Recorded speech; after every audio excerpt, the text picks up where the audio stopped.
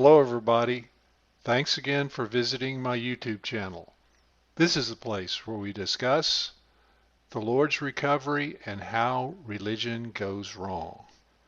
Well, I haven't put out a video in a while and I've just been waiting for something to say that would be interesting and would be helpful. And something occurred to me several days ago where I thought, what would be the one question that the Lord's Recovery leaders could be asked that they would have big problems answering? And I'm going to tell you what that question would be in this video. But first, I'm going to talk about the latest articles on shepherdingwords.com.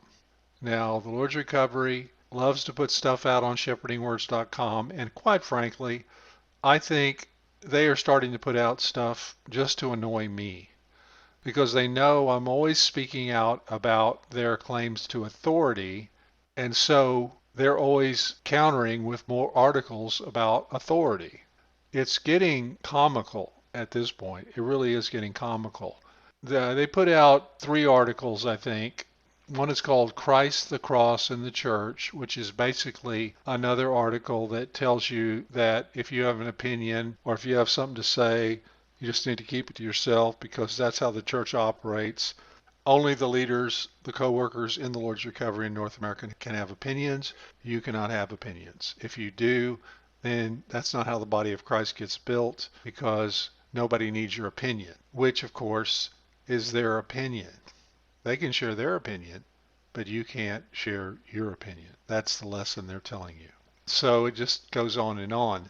But a couple other articles they put out both have the word authority in the title. One is the source of authority, the Lord's presence. So they're saying if you have the Lord's presence, you have authority. And if you don't, you don't. Well, guys, it's not the person that has the authority, it's the Lord's presence, because it's the Lord that's present that has the authority. That's the authority. If you're speaking in the Spirit and the Spirit speaks through you, it's the Spirit that has authority, and it's the Spirit that people listen to. It's not the person. It doesn't transfer over to that person and make them a big shot like they got the Lord's presence, so they're the authority. I mean, here we go again. The other one is love, the basis and power of authority, which is really funny because they're saying, of course, that they're the co-workers in the Lord's Recovery in North America, and really they think co-workers in the Lord's Recovery all over the earth, including them, but probably they're in charge, are the authorities on the earth. Because the Lord's Recovery is the only legitimate movement or move on the earth today. Everything else is just Christianity and religion, and it's a big mess, and they're the only ones that have things right, and the Lord put them in charge. They knew Witness Lee. Witness Lee was the minister of the age, and of course they are the successors of Witness Lee, so therefore they have the authority. And so why do they have the authority? Because they have love. So what they're saying is they love more than anybody because they are the authorities, so therefore they must love more than anyone. That's what they're saying. Okay. And like I said, it's become comical at this point. But again, to make it a little more serious here, why are they always talking about authority? What are they so hung up about this authority thing? I mean, nobody who is like a peon talks about authority. Nobody who's way down at the bottom under everybody else's authority talks about authority. The only people that talk about authority all the time are the people who think they're in authority or who want to be an authority. Those are the people that do it. Maybe some middle range people who want to back up those people who are talking about authority because they want to move up and be an authority. What is the deal? Seriously, what is this deal with always talking about authority? Why is this such a big deal to them? Well, I'll tell you why. Because they want to control people. What else would it be?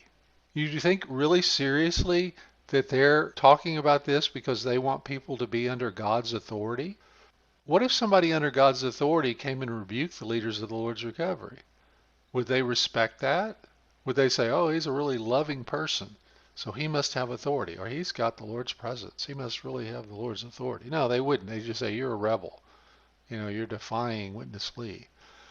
So anyway, I'm sorry, but it's just gotten ridiculous. And I honestly think that they might be doing this simply to annoy me. But maybe I'm just too full of myself or something.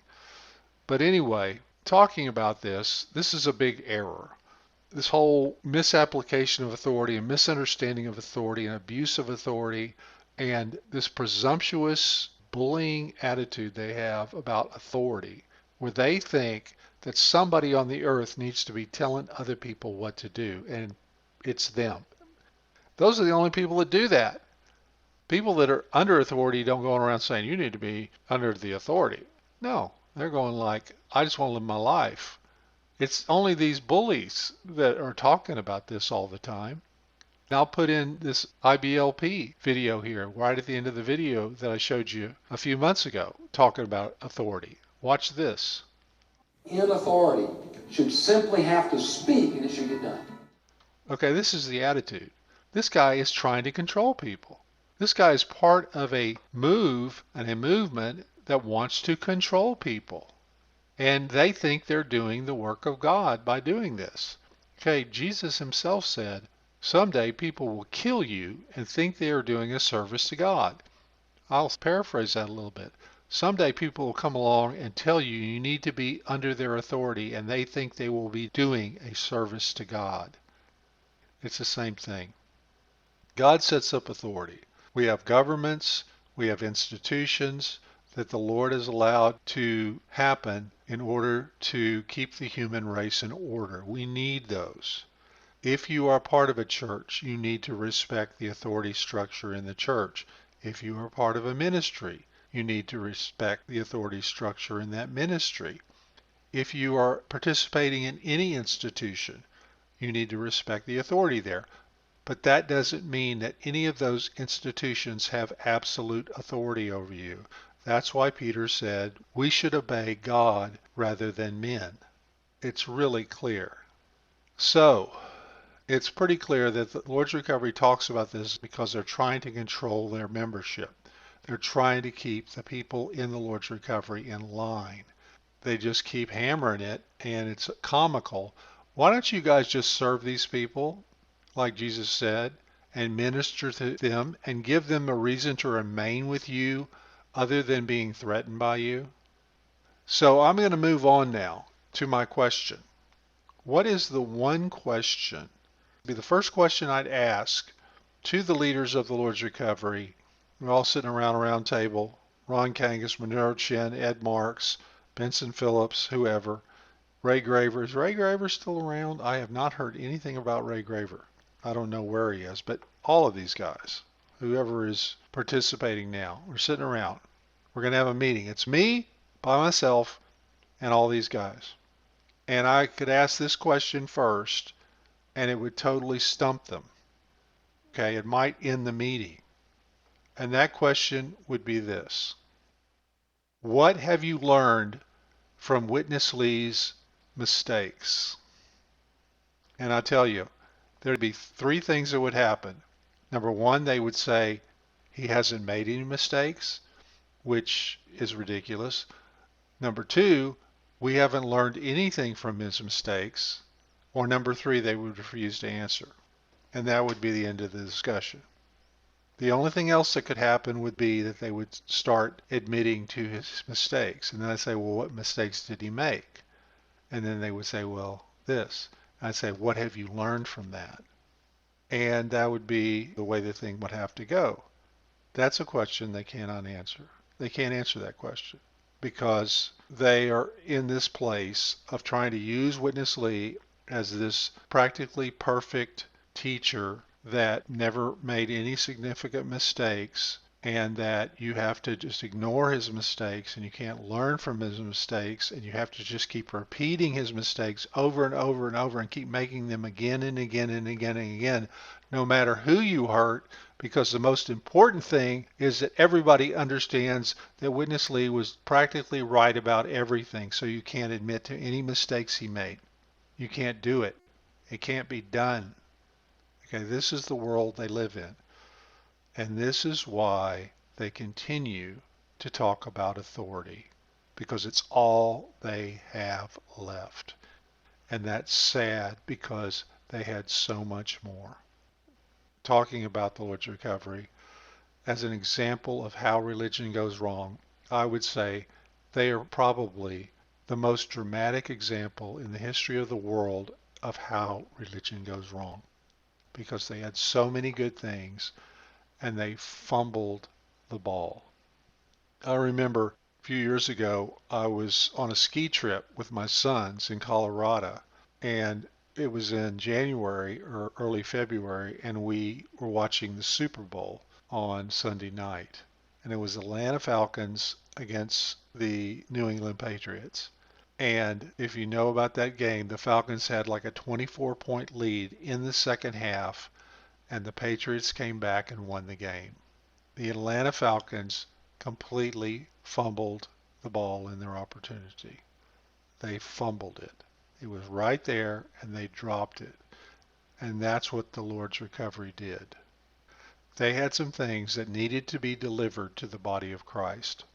And instead of delivering those things to the body of Christ, they held them for themselves and tried to build their own thing with it. And that's what they're still doing. It's very sad. It's very sad. But it's an example to all of us.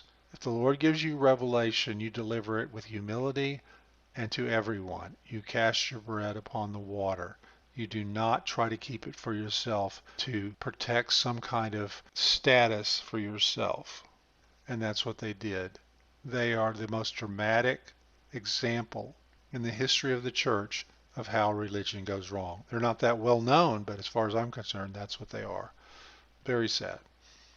So, the things that the Lord's recovery taught you that resonate, the things that the Lord spoke through Witness Lee that really resonate with you, and the things that resonate with me might be different from the things that resonate with you. Hold on to those things. Don't throw the baby out, and share those things. Hold on to the essence of what they are, because those things were real. Try to continue to live with those things in mind if that's what the Lord's leading you to do. You don't have to give up the true things that you got from Witness Lee, because truth is truth and nobody owns it except all of us. That's what I had to say today. Hope you're having a great early summer. I'll see you next time. Thanks again for listening. Take care.